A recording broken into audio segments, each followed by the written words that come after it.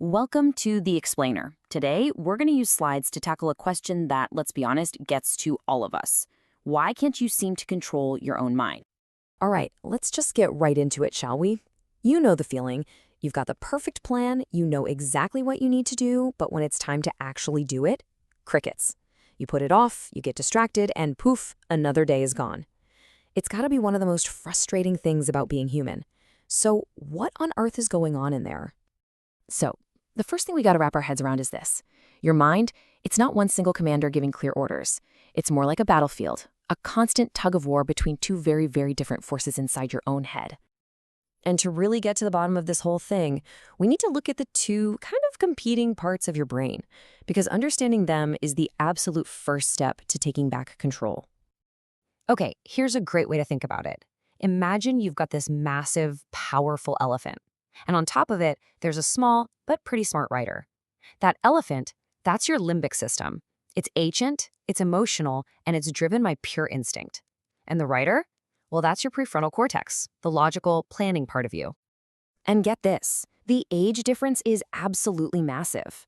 Your limbic system, the elephant, has been evolving for over 100 million years. It is hardwired for one thing, immediate survival. It wants to fight, run away, or just feel good right now. And then you've got the rider, your prefrontal cortex. It's like the new kid on the block. It's the logical planner, for sure, but it is up against a much, much older and more powerful force. And this right here is the absolute heart of the problem. Your logical rider might say, hey, we really should go to the gym, but the emotional elephant, that big old limbic system, can just plant its feet and say, nope, we're staying here and watching Netflix. It has the final say. It has veto power. That feeling of being totally stuck? Yeah, that's your elephant just refusing to budge. Okay, so what gives the elephant all this power? I mean, what's fueling its decisions? Well, the answer comes down to one of the most famous chemicals in your brain, dopamine. You see, evolution basically wired dopamine into our brains as this amazing reward system. Think of it like a currency for survival. When our ancestors did something hard that was good for them, like hunting down some food, their brain would release dopamine. It felt good and it made them want to go do that hard thing again. But here's the crazy part. Our brains are still running on that ancient software, But the world we live in, it's completely different. And the rules for earning that dopamine have been totally flipped on their head. Think about it. Back in the day, to get that little hit of good job from your brain, you had to work for it. I mean, really work for it. Today, oh man, it's a totally different ballgame. We can get a way bigger rush of dopamine for almost zero effort. A few taps on a screen brings a cheeseburger to our door, gives us an endless feed of new things to look at, and instant validation. Our ancient brain just wasn't built for this. And this is where it all comes together. Our devices, especially our phones, have basically become the ultimate slot machine. Every scroll is like pulling the lever, gambling for that next little hit of reward, that funny video, that validating like. It creates this powerful loop that keeps the elephant happy, distracted, and completely 100% in charge. So, what's the deal? Are we just doomed to be pushed around by our impulses forever? Absolutely not. The secret isn't to get into a fist fight with the elephant. No way. The secret is to understand it and then to start training it, just like you train any other muscle. And it all starts with a really important mental shift.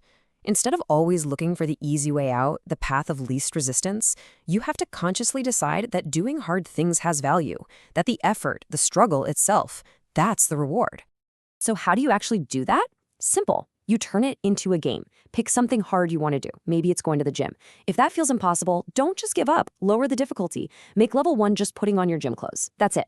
Once you've beaten that level, maybe level 2 is just driving to the gym parking lot. You build momentum by winning these small, manageable levels.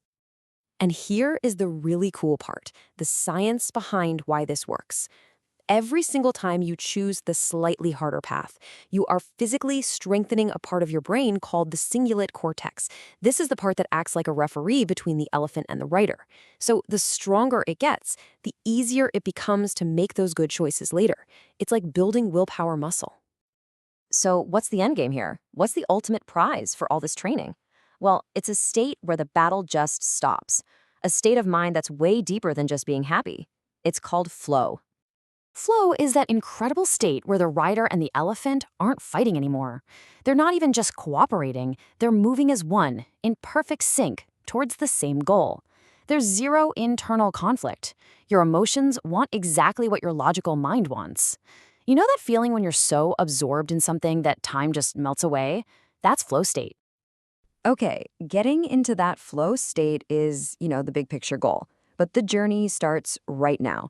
So let's talk about two super practical tools you can start using today to get the rider and the elephant to finally start working together. So, tool number one, you've got to understand your emotions. You can't manage the elephant if you don't even know what it's feeling, right? We spend so much time pushing our emotions down or ignoring them, but they're still down there, pulling the strings. The single best way to see what's going on is to simply write it all down.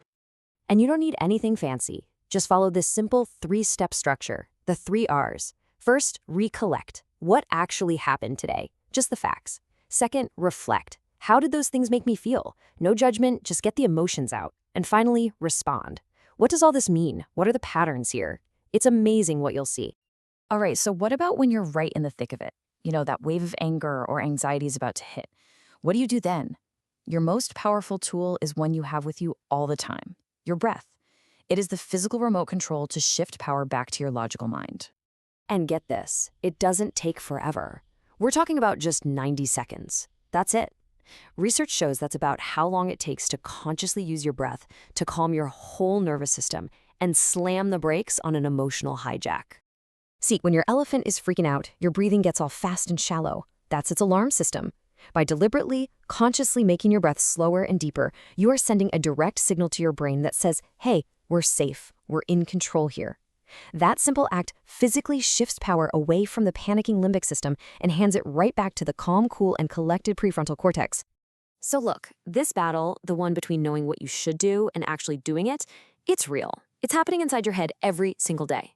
But it is a battle you can absolutely win, not by brute force, but by understanding and training your impulses.